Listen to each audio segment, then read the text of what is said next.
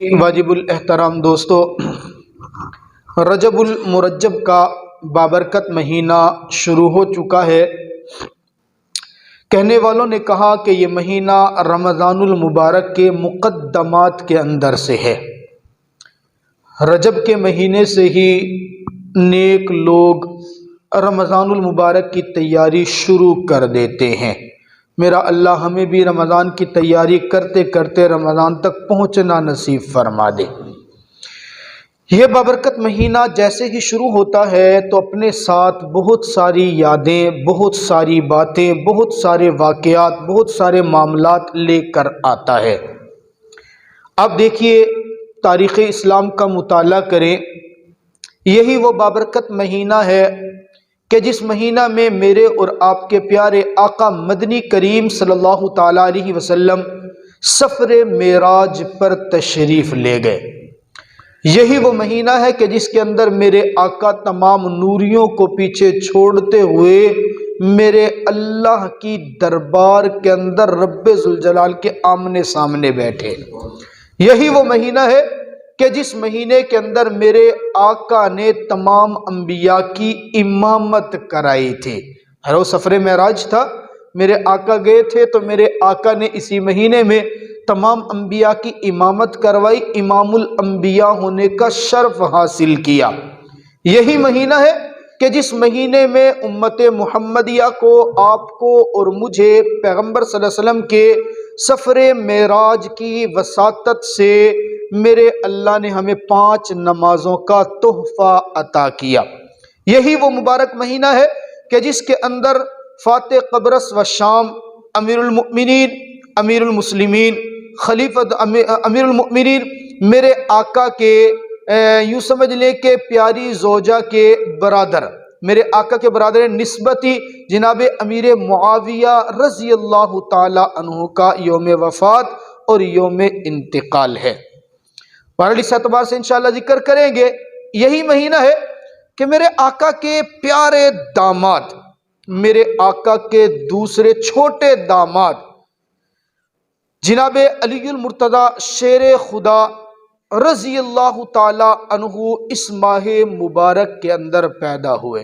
یہ عجیب یعنی موٹے موٹے واقعات ہیں، میں نے آپ کے سامنے ذکر کر دیے کہ اس مہینے کے اندر جہاں خوشی ہے تو وہاں ایک غم بھی ہے۔ خوشی ہے، ظاہر سی بات ہے، یہ مہینہ جناب علی المرتضی رضی اللہ تعالیٰ عنہ کی ولادت کا مہینہ ہے، تو اس اعتبار سے خوشی کا مہینہ بھی بنا۔ جب 12 ربیع الاول ولادت مصطفیٰ کا مہینہ خوشی کا مہینہ ہو سکتا ہے تو جناب محمد عربی صلی اللہ علیہ وسلم کے داماد کی ولادت کا مہینہ وہ خوشی کا مہینہ کیوں نہیں ہوگا؟ اور اسی طرح غم کا مہینہ بھی ہے کہ اس کے اندر میرے آقا کے پیارے صحابی جناب امیر معاویہ رضی اللہ تعالیٰ عنہ اس دنیا کو چھوڑ کر گئے۔ ہماری عادت ہے، آپ حضرات کے علم میں ہے، ہم ہر جمعے کو تاریخ اسلام کے حوالے سے کوئی بھی اہم بات ہو وہ تفصیل سے آپ کے سامنے ذکر کرتے ہیں۔ یہ 4-5 واقعات سفر معراج ہے، وفات امیر معاویہ رضی اللہ تعالیٰ عنہ ہے، ولادت علی المرتضی رضی اللہ تعالیٰ عنہ ہے۔ ہر جمعے پہ وقت کی مناسبت سے تھوڑی تھوڑی گفتگو آپ کے سامنے کرتے چلے جائیں گے۔ آج آپ کے سامنے ہم نے ذکر کرنا ہے کہ میرے پیارے پیغمبر صلی اللہ علیہ وسلم کے پیارے داماد جناب علی المرتضی کی ولادت کب، کہاں اور کیسے ہوئی، ان کی ولادت سے جڑے واقعات کیا ہیں، ان کی تربیت کیسے ہوئی، اور جناب علی المرتضی کی شان اسلام کے اندر صحابہ کی نظر میں، اہل بیت کی نظر میں، جناب محمد عربی صلی اللہ علیہ وسلم کی نظر میں کیا تھی۔ یہ میں نے 4-5 باتیں کیوں ذکر کی کہ سننے والوں کو پتہ چلے کہ ہم بھی علی کے ماننے والے ہیں، ہم علی کے منکر نہیں ہیں، یا دوسرے الفاظ میں یوں کہہ لو کہ علی کے اوپر صرف تمہاری نمبرداری نہیں ہے، تمہارا قبضہ نہیں ہے، ہم بھی علی سے محبت کرنے والے ہیں۔ اور رب کعبہ کی قسم، اگر تم ہمارے دلوں میں حضرت علی کی محبت کا اندازہ کر پاؤ نا تو خدا کی قسم کبھی تم ہمارے مخالف نہ بنو۔ ہم جتنی شدت سے محبت پیارے آقا کے پیارے داماد علی سے کرتے ہو، کیوں نہ کرے؟ علی تو وہ ہے کہ جس نے پیدائش کے بعد آغوش تربیت میرے پیغمبر کی اختیار کی ہے۔ علی تو وہ ہے کہ جس نے کلمہ اماں ختیجۃ الکبریٰ رضی اللہ تعالی عنہا کے کہنے سے پڑھا ہے۔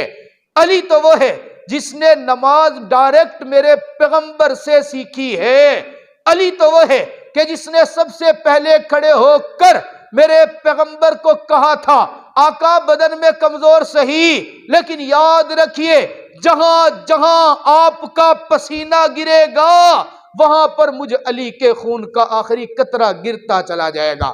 علی تو وہ ہے کہ جس کو میرے پیغمبر نے کہا تھا علی انت اخی فی الدنیا والآخرہ، تو میرا دنیا میں بھی بھائی ہے اور آخرت میں بھی بھائی ہوگا۔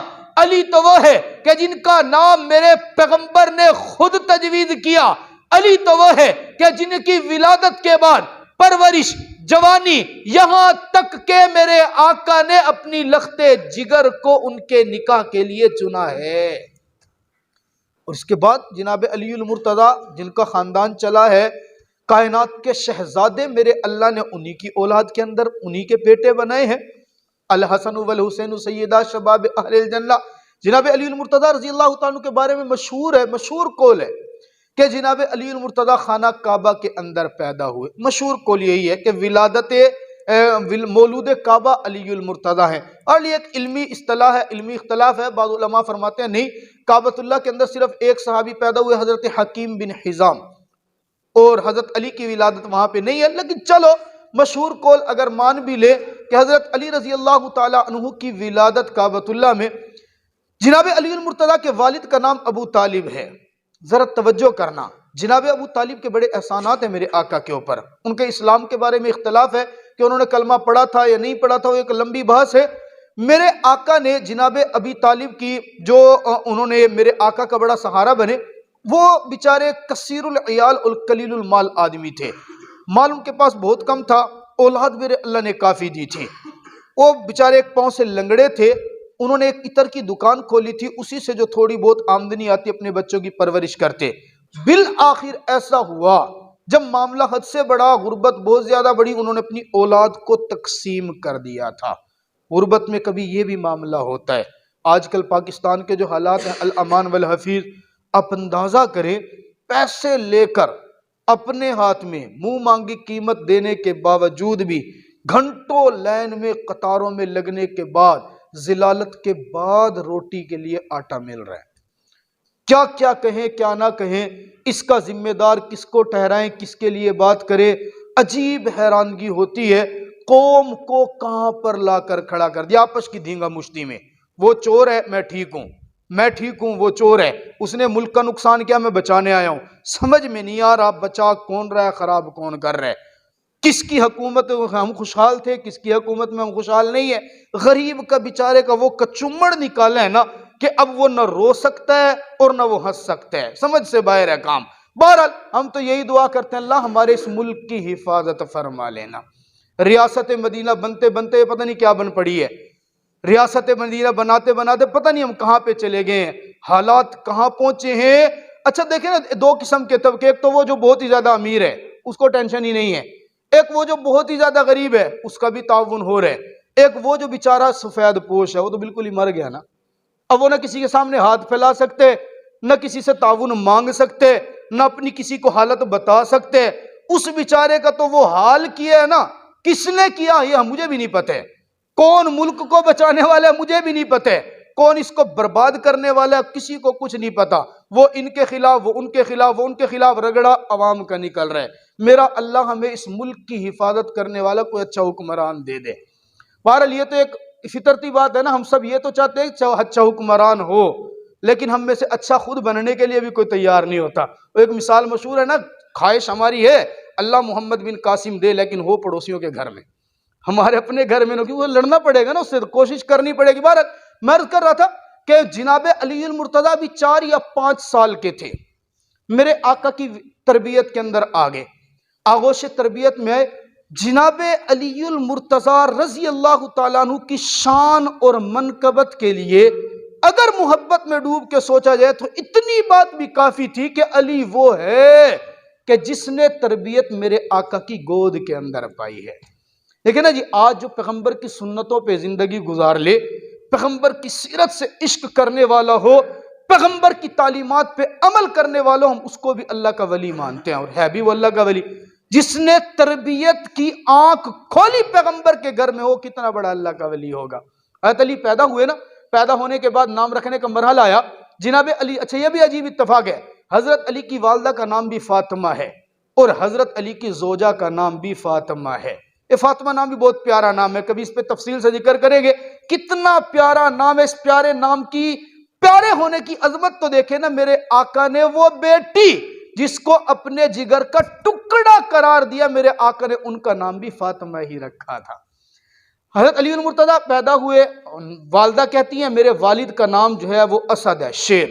شیر کا معنی دشمن پہ حملہ کرنے والا، دھاڑنے والا، کسی سے ڈرنے والا نہ ہو، لڑائی کرنے والا، جنگجو ہو۔ میں اپنے بیٹے کا نام اسد رکھوں گی۔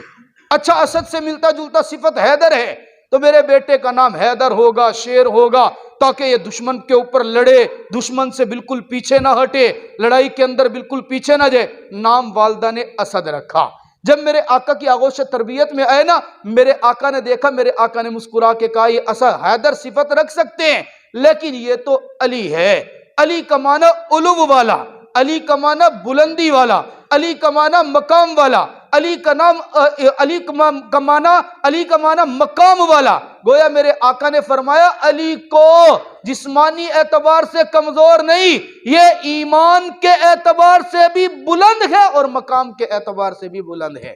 میرے آقا نے فرمایا ان کی ایک لقب ہے المرتضیٰ، چنا ہوا، علی المرتضیٰ رضی اللہ تعالیٰ۔ مرتضیٰ معنی چنا ہوا۔ جناب علی المرتضیٰ، ان کا لقب المرتضیٰ کیوں ہے؟ فرمایا اس لیے کہ المرتضیٰ چنا ہوا اس لیے کہ میرے اللہ نے بچوں کے اندر سب سے پہلے کلمہ پڑھنے کے لیے جس کو چنا وہ علی ہے۔ میرے آقا نے اپنی بیٹی کے لختے، اپنی بیٹی کے نکاح کے لیے جس کو چنا وہ مرتضیٰ ہے۔ یہاں تک کہ جب میرے آقا ہجرت کی رات جا رہے تھے، اپنے بستر پہ سلانے کے لیے جس کو چنا تو وہ مرتضیٰ ہے، اسی لیے علی المرتضیٰ کہتے ہیں۔ واقعہ بڑا مشہور ہے نا کہ میرے آقا جس وقت ہجرت کی رات جا رہے تھے نا، آقا مدنی کریم صلی اللہ علیہ وسلم حضرت علی المرتضیٰ رضی اللہ تعالیٰ کو اپنے بستر پہ سلاتے، علی آج کی رات آپ نے یہاں پر سونا ہے، صبح اٹھنا ہے، میں اور ابو بکر تو رات کو ہجرت پہ جائیں گے۔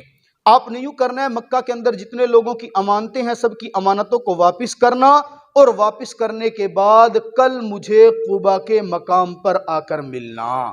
آپ اندازہ کریں، دشمنوں کے علاقے سے رب کے حکم سے ہجرت کر کے جا رہے ہیں، 1400 ننگی تلواروں سے نکل کے جا رہے ہیں، انہی دشمنوں کی امانتیں پاس ہیں، ان کو سپرد کرنے کے لیے اپنا نمائندہ پیچھے چھوڑ کے جا رہے ہیں۔ یہ ریاست مدینہ کا حاکم تھا۔ یہ نہیں ہے کہ چند دن کی حکومت ملی تو بس امانتوں تو امانت ایسی کی تیسی ہے بیت المال کی، ملک میں کچھ ہو یا نہ ہو میرا بینک اکاؤنٹ ہونا چاہیے نا۔ میرے آقا تو چھوڑ کے گئے، علی صبح ہوتے ہی سب کی امانتیں واپس کرنا اور مجھے وہاں آ کر کے ملنا۔ میرے آقا قبا مقام پر گئے، جا کر انتظار کر رہے ہیں۔ جناب علی المرتضیٰ رضی اللہ تعالیٰ عنہ صبح ہوتی ہے، لوگوں کی امانتیں واپس کرتے ہیں، لمبا واقعہ ہے، سب کی واپس کرنے کے بعد لمبا چوڑا سفر کر کے قبا کے مقام کے اوپر پہنچتے ہیں۔ میرے آقا انتظار کے اندر بیٹھے ہیں۔ آقا پوچھتے علی راستے کے اندر تکلیف تو نہیں ہوئی ہے نا؟ توجہ کرنا، توجہ۔ علی بتاؤ، میں تمہیں اپنے بستر کے اوپر چھوڑ کر آیا تھا، میرے گھر کا دشمن نے محاصرہ کیا ہوا تھا، باہر کافر اپنی ننگی تلواریں لے کر کھڑے تھے، رات کو آپ کے اوپر حملہ بھی ہو سکتا تھا۔ بتاؤ رات کو نیند تو آئی تھی نا؟ پریشانی تو نہیں ہوئی تھی؟ ڈر تو نہیں لگا تھا؟ کوئی ایسی معاملہ تو نہیں ہوا؟ رب کعبہ کی قسم، علی کا جواب سنیے، مسکرا کے فرماتے آقا جو میٹھی نیند اس رات آپ کے بستر پہ آئی تھی، رب کعبہ کی قسم کبھی ایسی میٹھی نیند آئی نہیں ہے۔ پوچھا گیا کیوں؟ کہا اس لیے کہ آقا پہلے ہر رات سوتا تھا، پتہ نہیں ہوتا تھا کہ صبح تک میری نیند باقی رہے گی، میں زندہ رہوں گا بھی یا نہیں رہوں گا، لیکن اس رات تو آپ کہہ کر گئے تھے نا علی جب تک تو مجھے قبا کے مقام پر نہیں ملے گا میں محمد مدینہ کی طرف قدم نہیں بڑھاؤں گا۔ آقا یقین تھا آسمان کے ستارے ٹوٹ سکتے ہیں، یہ زمین تو پھٹ سکتی ہے، نظام کائنات شاید درہم برہم ہو جائے، لیکن اس رات علی کو موت نہیں آ سکتی، اس لیے میں میٹھی نیند سے سویا۔ اچھا علی بتاؤ راستے کے اندر کوئی تکلیف؟ آقا اور تو کوئی تکلیف نہیں ہوئی، بہرحال پتھریلی زمین میں چلا ہوں، چلتے ہوئے میرے پاؤں کے اندر چھالے ضرور پڑ گئے۔ آقا میرے پاؤں پھٹ ضرور گئے۔ یقین کیجئے خدا کی قسم چند ایک مشہور مقامات ہے جہاں میرے آقا نے اپنے زبان سے اپنے منہ مبارک سے لعاب دہن لگا کے نکال کے لگایا ہو۔ وہ جب جناب ابوبکر صدیق رضی اللہ تعالیٰ غار میں بیٹھے تھے نا، آیا تھا سانپ ڈسنے کے لیے، صدیق کی ایڑی پہ سانپ نے ڈسا تھا، میرے آقا نے لعاب لگایا تھا، صدیق کو میرے رب نے شفا عطا کر دی تھی۔ وہ جب خیبر کے مقام کے اوپر علی کی آنکھ کے اندر دکر محسوس تھی، رات کو میرے پیغمبر نے پوچھا کہ صبح میں جھنڈا اس کے ہاتھ میں دوں گا کہ جس کے ہاتھ پر میرا رب فتح عطا کرے گا۔ جب صبح ہوئی تھی سارے صحابہ بیٹھے ہیں، میرے آقا نے یوں نظر دوڑا کے دیکھا کوئی نہیں ہے، علی پوچھا علی کدھر ہے؟ آقا اس کی آنکھوں میں دکن ہے۔ میرے پیغمبر نے فرمایا جاؤ علی کو بلا کر کے لاؤ۔ علی کو بلایا گیا، جناب علی المرتضیٰ سے پوچھا علی کیا ہوا؟ آقا آنکھوں میں درد ہے۔ میرے پیغمبر نے اپنا لعاب لگایا تھا، رب کعبہ کی قسم جس آنکھ پہ پیغمبر کا لعاب لگا فوراً میرے رب نے شفا عطا فرما دی تھی۔ جناب ابوبکر صدیق کا مقام بہت بلند ہے، بہت بلند ہے۔ میرے آقا کے بعد پہلے خلیفہ ابوبکر ہے، لیکن رب کعبہ کی قسم ہماری محبت بھی دیکھ، وہ جس کی ایڑی پہ میرے پیغمبر نے لعاب لگایا ہم اس سے بھی محبت کرتے ہیں، وہ جس کی آنکھ پہ میرے پیغمبر نے لعاب لگایا ہم اس سے بھی محبت کرتے ہیں، وہ جس کی ایڑی پہ لعاب لگا اس کی شان میں گستاخی کرنے والے کو بھی ہم کامل الایمان نہیں سمجھتے، وہ جس کی آنکھ پہ میرے پیغمبر نے لعاب لگایا اس کی شان میں گستاخی کرنے والے کو بھی کامل الایمان نہیں سمجھتے۔ حضرت علی ہے، یا رسول اللہ، یہ تو آنکھ کا واقعہ تو بعد کے نا، یا رسول اللہ لمبا سفر کر کے آیا ہوں۔ وہاں حضرت ابوبکر صدیق ایک مرتبہ ایڑی پہ لگایا میرے آقا نے لعاب، یہاں علی المرتضیٰ رضی اللہ عنہ آقا چلتے چلتے پاؤں پھٹ گئے، اچھا بس یہی تکلیف ہوئی ہے، باقی کوئی ڈر نہیں تھا۔ میرے آقا فرماتے ہیں پاؤں ادھر لاؤ، پاؤں قریب کیے گئے، میرے آقا نے یوں لعاب نکالا اور جناب علی المرتضیٰ کی ایڑی کے اوپر لعاب لگایا۔ رب کعبہ کی قسم تاریخ لکھنے والے فرماتے ہیں میرے پیغمبر کا لعاب لگنے کی دیر تھی، میرے علی کے پاؤں کی ساری پھٹن میرے رب نے دور فرما دی۔ اور پھر یہاں تک نہیں، حضرت علی فرماتے ہیں میرے پیغمبر کا لعاب لگنے کی دیر تھی لوگوں، اس کے بعد علی کسی بھی میدان میں گیا، اس رب ذوالجلال کو گواہ بنا کے کہتا ہوں کبھی کسی میدان کے اندر علی کے پاؤں لڑکھڑائے نہیں، کبھی علی دشمن کو دیکھ کر پیچھے نہیں ہٹا، جب بھی نکلا میرے پیغمبر کے لعاب کی برکت سے جس جنگ میں گیا میرا رب اسی جنگ میں فتح عطا کرتا چلا گیا۔ تو یہ مہینہ رجب کا مہینہ جناب علی المرتضیٰ رضی اللہ تعالیٰ عنہ کی ولادت کا مہینہ تھا، ولادت کا مہینہ ہے۔ اسی اعتبار سے ان کی زندگی کا تذکرہ شروع کیا، زندگی رہی تو اگلے جمعے انشاءاللہ بقیہ باتیں کریں گے۔ اللہ تعالیٰ ہم سب کو عمل کرنے کی توفیق عطا فرمائے۔